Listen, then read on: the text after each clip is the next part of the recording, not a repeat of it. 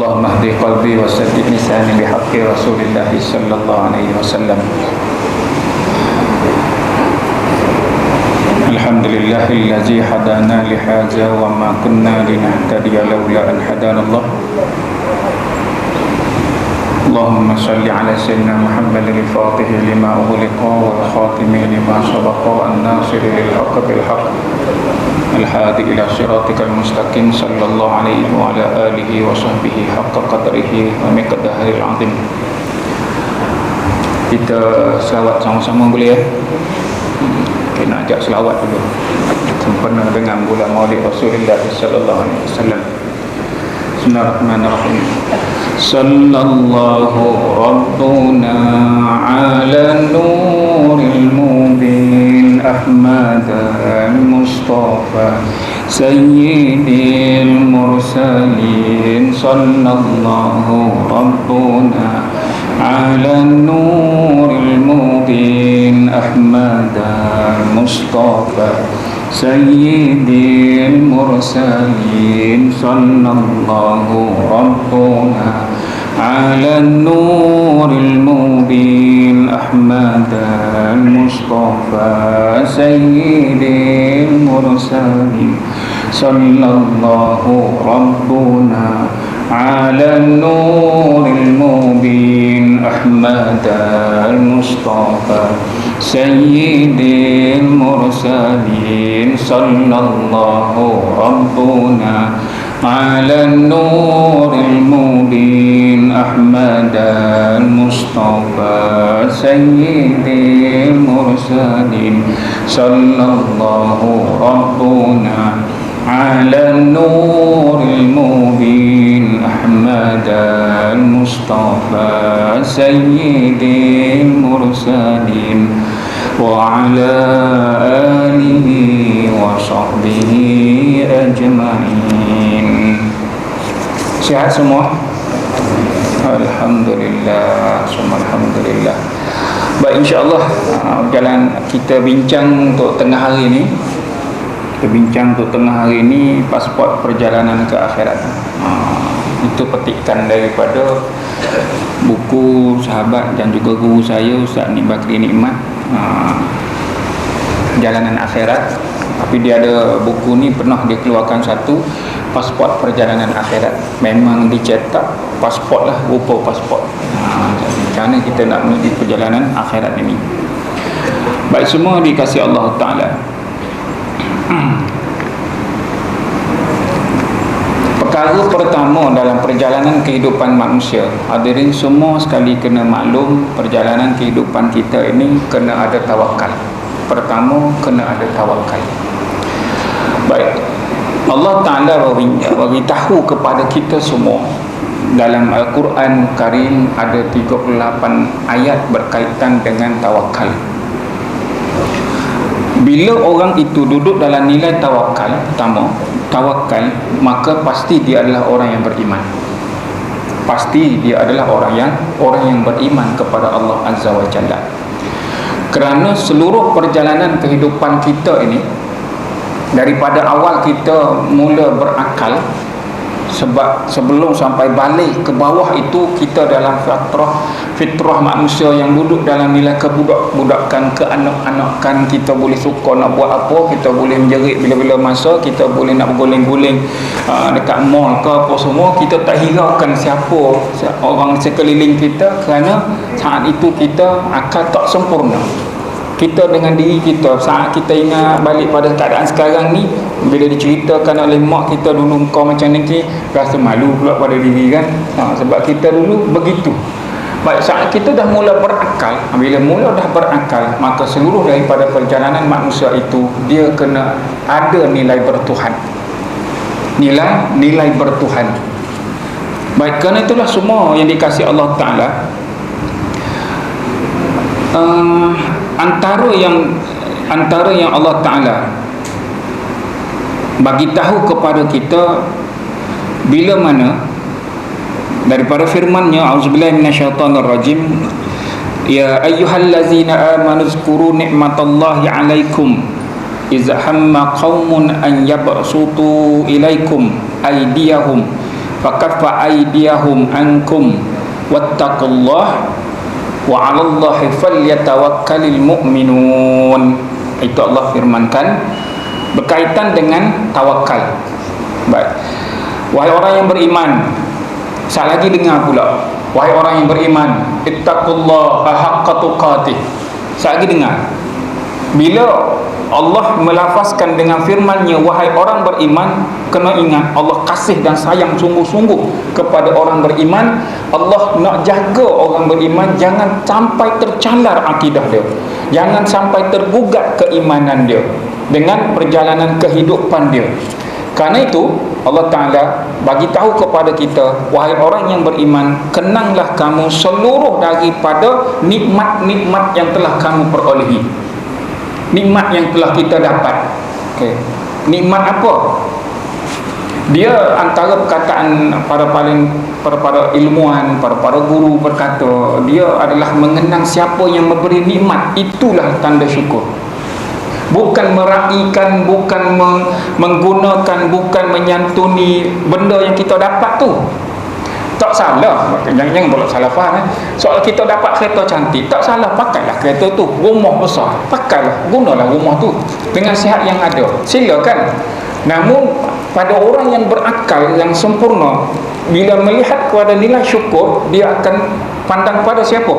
Pemberi nikmat itu, pemberi nikmat itu. Maka saat itulah orang yang mengenang kepada pemberi nikmat, siapa? Allah Ta'ala. Maka itulah nilai iman dengan akalnya yang sempurna, dengan akal yang sempurna. Kerana nilai dia duduk menyerah diri kepada Allah Ta'ala, mengenang kepada pemberi nikmat. Saat itulah dia adalah orang yang berakal. Boleh? Kalau dia lalu perjalanan kehidupan dia ini, dia berasa diri dia semua, dia berasa dia kerana dia rajin, kerana dia pandai, kerana dia bijaksana, kerana dia belajar jauh, kerana dia apa, kerana atas diri dia hanya kadar orang yang punya akal, orang yang punya akal. Kerana manusia ini dianugerahkan suatu keistimewaan, ada akal. Itu je. Bila dia hanya meletakkan seluruh perjalanan kehidupan dia adalah dirinya, nampak adalah dirinya, maka dia adalah makhluk yang punyai akal. Namun saat dia melalui perjalanan, kerana dia beriman, mengenang kepada pemberi nikmat, berserah diri kepada Allah, maka dia adalah makhluk yang berakal. Boleh beza tak? Kerana itulah semua dikasih Allah Ta'ala. Maka saat kita dahulu, saat kita tak mengetahui bahawa perjalanan seluruh kehidupan ini perlu bimbingan, perlu pertolongan, maka saat kita berada dalam nilai sebuah kejahilan dahulu, saat Allah Ta'ala telah pun membawa kita kepada suatu nilai yang baik hari ini, maka kena bawa nilai itu. Supaya apa? Supaya saat kita berada dalam nilai yang baik itu adalah orang yang bertawakal kepada Allah Ta'ala, kerananya ada dia takwa. Fattaqullaha wattaqullah, kamu hendaklah menunjukkan ketakwaan kamu kepada Allah Ta'ala. Wa 'alallahi falyatawakkalul mu'minin, hendaklah orang yang beriman itu dia kena serah diri, kena serah diri. Lain surah yang lain pula berkenaan dengan tawakal juga. Bismillahirrahmanirrahim. In yansurkumullahu fala ghaliba lakum wa in yakhzulkum faman dzallazi yansurukum min ba'dih wa 'alallahi falyatawakkalul mu'minin. Jika Allah menolong kamu mencapai kemenangan, maka tiada siapa pun yang akan dapat mengalahkan kamu. Dan jika ia mengalahkan kamu, maka siapakah yang akan dapat menolong kamu sesudah Allah? Ingatlah kepada Allah, jualah hendaknya orang yang beriman itu berserah diri. Baik, ada ni kena faham.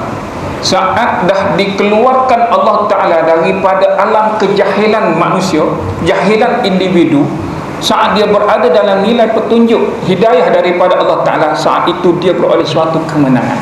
Kalau khusus dalam sebuah kemenangan dalam sebuah peperangan, saat Allah memberi kemenangan dalam seluruh daripada perang-perang besar yang ada dalam Islam, Allah rezekikan kemenangan kerana nilai ketakwaan, nilai berserah diri. Maka saat Allah Ta'ala beri kemenangan, maka tiada ada makhluk lain yang boleh mengalahkan. Kan hadirin pernah dengar perkataan, man yahdillahu fala mudhillalah wa man yudlilhu fala hadiyalah.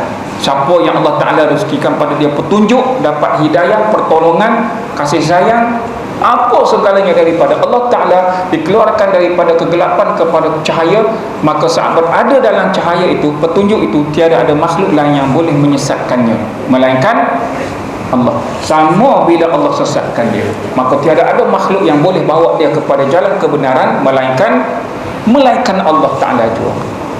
Maka saat inilah bila Allah Ta'ala bagi tahu kepada kita, saat Allah Ta'ala bagi kemenangan, tiada ada makhluk lain yang boleh mengalahkan, maka siapa lagi yang dapat bantu kalau saat dia kalah, yang boleh tolong dia? Orang beriman, maka dia meletakkan pemberi nikmat itulah yang akan menolong. Maka orang yang beriman itu, dia adalah orang yang bertawakal kepada Allah. Dalam surah yang dalam ayat yang lain tadi, Al-Imran 60 59 atas sikit, Allah Ta'ala bagi tahu terus, fa iza azamta fatawakkal 'ala Allah innallaha yuhibbul mutawakkilin. Berapa kali Allah sebut kat situ? 2 kali. Bila kamu berazam ni ada dimaklumlah, azam bercita-cita, berkehendak, atau apa lagi, berkeinginan. Ada lagi apa sahaja bahawa dalam perjalanan kita untuk menuju kematian, semua sekali adalah orang sedang menuju kematian. Betul tak ni? Sama ada dia beriman, dia tidak beriman, maka makhluk yang hidup menuju kepada kematian. Bezanya bagi orang yang beriman, bahawa menuju alam kematian itu dia akan bertemu di alam akhirat. Kalau manusia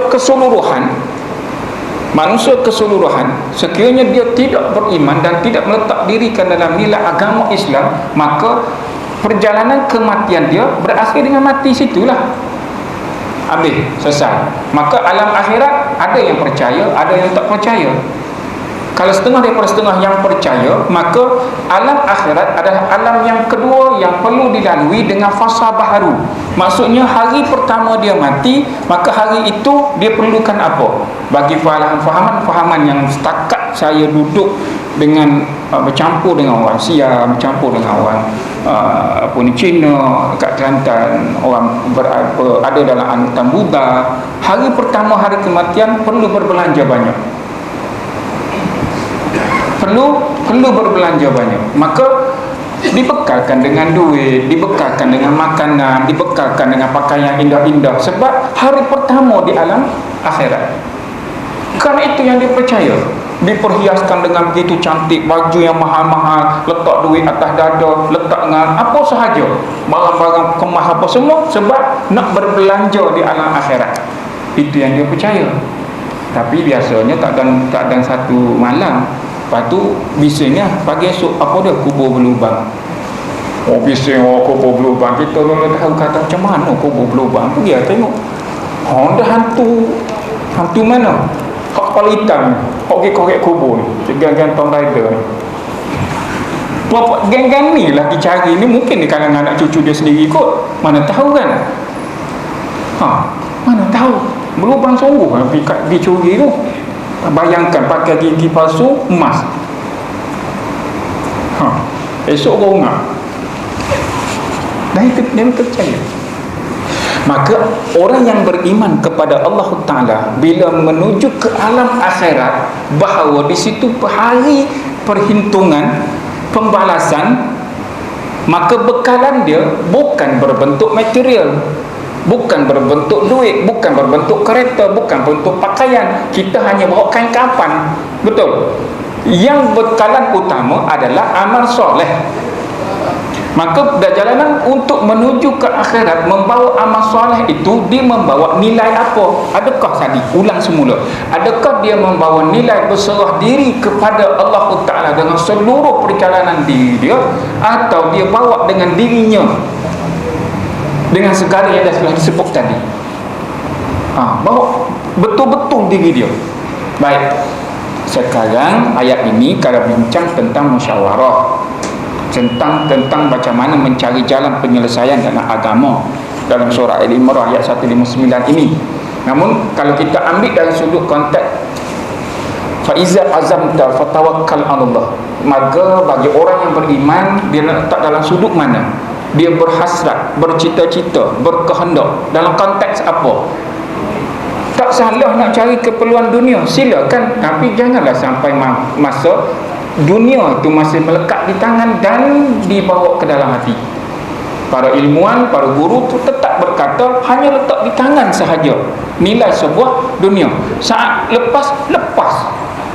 Kalau masuk dalam hati, peluk jadinya. Kalau dah masuk dalam hati dunia keseluruhan itu, maka saat dia erat memeluknya, maka saat itu sukar dan takut untuk melepaskan dunia. Bila kita semua, maka semua dikasih Allah Ta'ala, maka letak pada firman Allah Ta'ala itu, faiza azamta fatawakkal 'alallah innallaha yuhibbul mutawakkilin. Allah suka, Allah kasih, Allah cinta. Baik, semua sekali. Bila datang suatu kefahaman dalam meneruskan perjalanan kehidupan menuju akhirat ini, ada orang, ada setengah-setengah manusia akan meletakkan kefahaman atau kefahaman tak, didatangkan faham kepada Allah Ta'ala dalam agamanya, maka ada yang buat amal soleh semua sekali mengharapkan pahala. Betul. Ada sampai tahap mengharapkan syurga daripada Allah. Ada. Tak salah ya, sebagai motivasi, silakan sebagai motivasi untuk perjalanan kehidupan dia. Namun saat dia faham dengan perjalanan kehidupan dia, sampai dia faham tadi, pertama dia akan mengenang kepada pemberi nikmat. Nikmat yang didapat sekarang dia syukur mutlak kepada Allah. Yang kedua, ataupun yang pertama pun boleh sebut, dia mengharapkan keredaan Allah Ta'ala. Maka dia buat apa sahaja asalkan Allah redha. Walaupun dia berusaha dengan kadar, dengan kesihatan dia yang terhad dah sekarang apa semua sekali, dia minta Allah redha, Allah terima. Saya dah sebut kat sini mungkin, atau saya dah sebut tempat lain mungkin, atau banyak kali dah saya sebut, bila mana ini betul, datang seorang hamba Allah Ta'ala mengadu dan nak minta cara macam mana untuk dia nak qada seluruh daripada solat yang dah ditinggalkan bertahun-tahun dahulu. Sekarang usia pencen, umur pencen sekarang berapa? 60, kotak 55. Tak tahu lah. Abang ni dah pencen, baru je pencen, rasanya dalam 2 bulan ke 3 bulan macam tu lah. Jadi memang dia kata, Ustaz, saya dah tinggal lama, bertahun masa dekat US dulu. Tempat, jangan salahkan tempat. Hadirin, duduklah kat mana sekalipun, tetap beriman kepada Allah Ta'ala. Usah salahkan tempat itu. Kerana saya dekat US dah saya jadi macam ni. Ni nak kena jentik ni. Jentik tak payah lah, lempang tak boleh juga. Tapi nak bagi tahu disalahkan tempat, tak boleh. Hadirin, duduklah di mana sekalipun, penting beriman kepada Allah Ta'ala. Maka dia kata, dan diceritakan bahawa dia banyak meninggalkan. Saya kata, abang buatlah, qadalah siapa banyak, semampu yang boleh. Tapi ni niat, tapi kalau saya tengah buat, saya mati, macam mana? Banyak lagi tak qada ni, banyak lagi tak lepas. Dah sampai masa matilah. Habis yang tak lepas, abang ni berazam tak untuk mengqada balik? Berazam. Abang rasa nak tak kembali kepada Allah dengan penuh bertaubat kepada Allah Ta'ala? Nak. Pertama kena syukur. Saya cakap itu, syukur kena lafaz. Apa dia? Alhamdulillah. Lafaz syukur alhamdulillah. Kenapa? Kerana Allah datangkan suatu rasa untuk qada solat. Datang suatu rasa untuk qada. Bila datang rasa untuk qada, itu bermaksud Allah sedang menunjukkan kasih sayang dia kepada abang. Maka buatlah. Sekiranya abang, dia kata, sekiranya bang, Allah letakkan satu calik sahaja atas dahi, menunjukkan abang berdosa, agak-agak kita berjumpa dah hari ni. Hadirin semua sekali yang ada dalam dewan, di luar dewan, di luar sana, seluruh dunia yang beriman kepada Allah Ta'ala, Allah letak satu calik sahaja atas dahi bahawa hadirin adalah orang yang berdosa. Atas hidung ke, di telinga ke, ni orang berdosa ni, tak letak tanda atas hidung. Agak-agak jumpa tak kita semua? Tak. Hadirin tak akan jumpa dengan manusia kerana manusia tahu saat ada tanda sahaja itu menunjukkan dia berdosa. Maka maha kasih sayang Allah Ta'ala kepada seluruh daripada umat dia, pada hamba dia, sesiapa sahaja yang pernah berdosa kepada dia sekalipun, dia tidak pernah menunjukkan aib. Allah sayang kepada kita. Kalau hadirin dalam keadaan sekarang ini, saya termasuk ada orang yang berdosa, tak jumpa kita hari ini, jemaah kosong masjid, betul kan? Maksudnya yang datang betul-betul datang tu clear dia, soleh, suci, bersih. Masya Allah. Saat kita berazam kepada Allah Ta'ala betul-betul untuk kembali kepada dia, maka buatlah dengan sebaik mungkin, kerana saat itu innallaha yuhibbul mutawakkilin, Allah sangat-sangat menunjukkan kasih sayangnya kepada orang yang bertawakal saat itu. Mati dalam saat kita sedang berusaha untuk kembali kepada Allah Ta'ala, maka mohonlah kepada Allah Ta'ala. Saya kata bang, dalam usaha ini mintalah ya Allah, dalam usaha yang sedang kulakukan ini, maka mintalah ya Allah terima. Allah redha. Saat Allah redha, habis semua sekali Allah hapuskan kesalahan, Allah maafkan semua sekali. Saat Allah redha, walaupun hadirin buat sebesar-besar sebuah kebaikan. Namun saat Allah tidak redha, hadirin buat salah sebesar zarah, bakal diperhitungkan. Takut bimbang yang sebesar zarah, itulah kita dihumbang ke neraka. Wa iyazubillah. Hadirin, maka saat satu ketika kan, kita tengah duduk niaga ni, saya habis straw. Saya sendiri habis straw, duk jual air pun ni habis straw. Saya jumpa kat kawan kata, bang, pinjam straw satu. Straw dia pula, kita pakai straw yang biasa-biasanya. Macam tu lah. Orang Bangla panggil pipe. Dia bagi straw yang jenis boleh patah, ada spring tu. Boleh patah kan. Dia bagi hak mahal. Saya kata pinjam kan, baik nanti saya ganti. Kita pergi kat dia balik nak bayar. Kata tak payah. Kenapa? Bagilah ruang saya, ruang untuk saya. Kenapa? Mana tahu satu masa, ini kataan hadirin, mana tahu satu kita ni orang dosa, dia kata saya ni orang dosa Ustaz, mana tahu dengan dosa yang saya buat dihumbang ke neraka. Namun ada satu kebaikan yang saya pernah buat. Apa dia? Saya bagi straw saya ini pada Ustaz untuk niaga. Mungkin dengan straw ini saya ke syurga. Menung kita. Itu kataan dia. Saya kata-kata, Kak, macam mana ni? Saya pun nak tumpang sekali kan. Ternyata gitu pula. Saya pun nak tumpang sekali. Kata isteri dia, mana tahu mungkin dengan straw ini saya ke syurga. Allah Alam. Innallaha yuhibbu mutawakkilin. Sungguh Allah sangat-sangat suka dan kasih dan cinta kepada orang-orang yang berserah diri kepada Allah Azza wa Jalla. Baik, maka menuju perjalanan akhirat ini, hadirin, kalau kita bawa pasport, sekarang ni orang tengah sibuk renew pasport ni, betul tak? Tak kira mana-mana sebut. Hak umrah lah, hak lagi luar negara lah. Semua orang tengah sibuk renew pasport sekarang ni.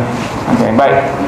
Kalau tempoh ini pemegang tauliah jaiz 6 bulan sebelum, saya pun dah dapat reminder supaya pergi renew tauliah jaiz, tauliah mengajar pun dah masuk tahun 2022 ni.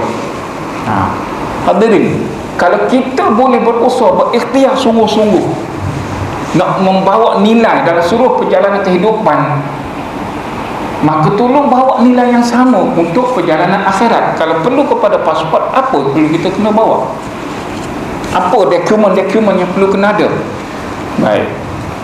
Pertama, seluruh perjalanan kehidupan, maka hiduplah dengan bertawakal kepada Allah Ta'ala. Jangan berasa diri kita ini gagah sempurna, sihat walafiat dengan keadaan sekarang, rasa dah boleh pergi jauh lagi, maka berapa ramai orang-orang yang muda meninggal. Betul minggu lepas saya dekat surau Nurul Iman rasanya dekat Bandar Putra Kelang. Elok-elok sampai tengah-tengah itu tengok ramai budak-budak muda. Kenapa? Anak bongsu baru meninggal aksiden, katanya ayahnya cerita, baru umur 20. Sembang pergi sikit lagi, pengurusan dalam surat AJK surau tu sendiri, anak sulung baru umur 25, aksiden juga motor.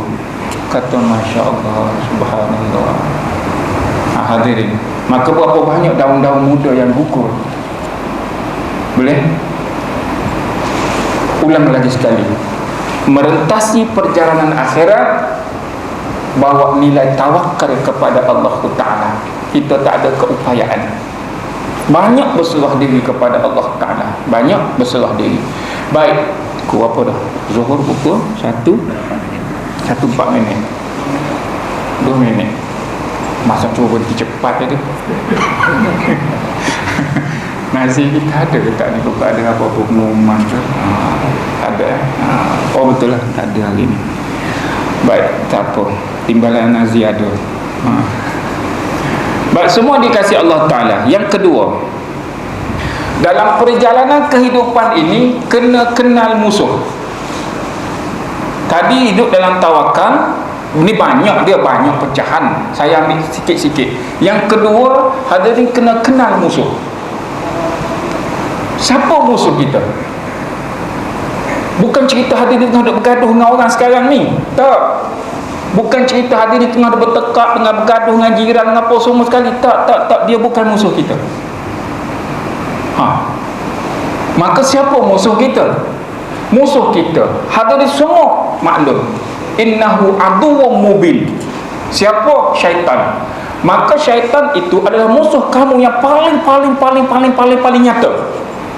Hadirin duk bergaduh sekarang ini dengan sesiapa sekalipun. Kenapa? Dia bukan musuh, dia beriman kepada Allah, maka dia adalah saudara kamu. Innamal mu'minuna ikhwah. Saudara kamu adalah orang yang beriman. Jiran kita beriman kepada Allah, dia solat, dia melaksanakan seluruh daripada rukun Islam dan rukun iman, dia adalah beriman kepada Allah. Tiba bergaduh dengan dia, salah. Itu bukan musuh. Musuh kita adalah syaitan, musuh kita adalah iblis. Maka jadikan dia sebagai benar-benar musuh dan kenal watak musuh. Watak musuh ni kena kenal sungguh-sungguh. Hadirin semua sekali, mesti ada dalam seluruh perjalanan kehidupan, dengan pengalaman kehidupan sekarang, tak kira lah usia mana, mesti ada satu masa hadirin membenci seseorang. Ada tak? Kalau tak ada, saya nak berguru dengan dia. Apa yang dia dah buat? Sungguh saya pernah belajar. Dia tak pernah marah kat orang, tak pernah benci kat orang. Hadirin kena berguru dengan dia. Sungguh lah, mesti ada dalam redha Allah Ta'ala yang macam mana, apa masalah yang dia buat. Kalau adalah orang, wa'yazubillah, jangan simpan lama, andai adalah sesuatu masa dalam perjalanan kehidupan ini, sehingga umur ini kita pernah ada suatu rasa yang pernah kita benci kepada seseorang. Apa yang hadirin rasa, dan apa hadirin tak nak pun ada dalam diri orang itu. Nama pun tak nak, sebut nama pun tak nak. Betul? Kelibat dia pun, kawan tersebut je, aku dengan kawan tu, kau jangan sebut. Kalau jumpa dengan aku, kau jangan sebut nama dia. Sampai-sampai satu peringkat setengah daripada setengah akan berkata, aku akan tutup di akhirat nanti, kita jumpa nanti. Diingatkan akhirat ni reunion ke? Boleh jumpa gada-gada dengan kawan-kawan kot. Ni tahun 1997 sampai tahun-tahun sekian-sekian, 20 tahun yang lalu, jom kita pertemuan gada-gada kat akhirat. Macam tu. Tak ada nak jumpa kawan-kawan. Maka dari semua yang dikasih Allah Ta'ala, faham watak musuh yang sebenarnya siapa. Maka tolong jangan ambil kerja iblis. Kerja iblis pertama adalah dia menjauhkan manusia daripada Allah Azza wa Jalla. Itu tugas pertama dia, menyesatkan. Maka dia akan menggunakan siapa? Dia akan menggunakan manusia. Kerana kalau dia menzahirkan wajahnya yang asal, rupanya yang asal, iblis dan syaitan serta kuncu-kuncunya yang gaib ini menzahirkan rupanya yang asal, agak-agaknya berjaya tak misi dia untuk menyesatkan manusia? Berjaya ke tak? Mikir kejap kita, berjaya ke tidak? Tidak akan berjaya. Kenapa? Siapa sanggup nak jumpa dengan makhluk yang terhodoh ini? Hadirin, tengok muka manusia yang berparuk-paruk, yang bengih, agak-agak nak berselisih tak dengan dia? Kalau kita sama manusia pun tak sanggup nak berselisih, bayangkan makhluk ini, dia amat dahsyat rupa dia, amat dahsyat. Hadirin takkan sanggup kalau bau dia amat teruk. Dia amat dahsyat, rupa dia memang teruk. Dan dia nak menzahirkan dirinya pun. Saya ingat saya cerita masa guru dengan Syekh Rahimuddin berkenaan dengan arahan malaikat, arahan Allah Ta'ala kepada iblis untuk bertemu dengan Rasulullah. Diarahkan jumpa dengan Rasulullah dalam bentuk dia. Subhanallah. Hadirin, dia makhluk bijak. Dia makhluk bijak. Iblis dia makhluk bijak. Dia bijaksana, dia berilmu.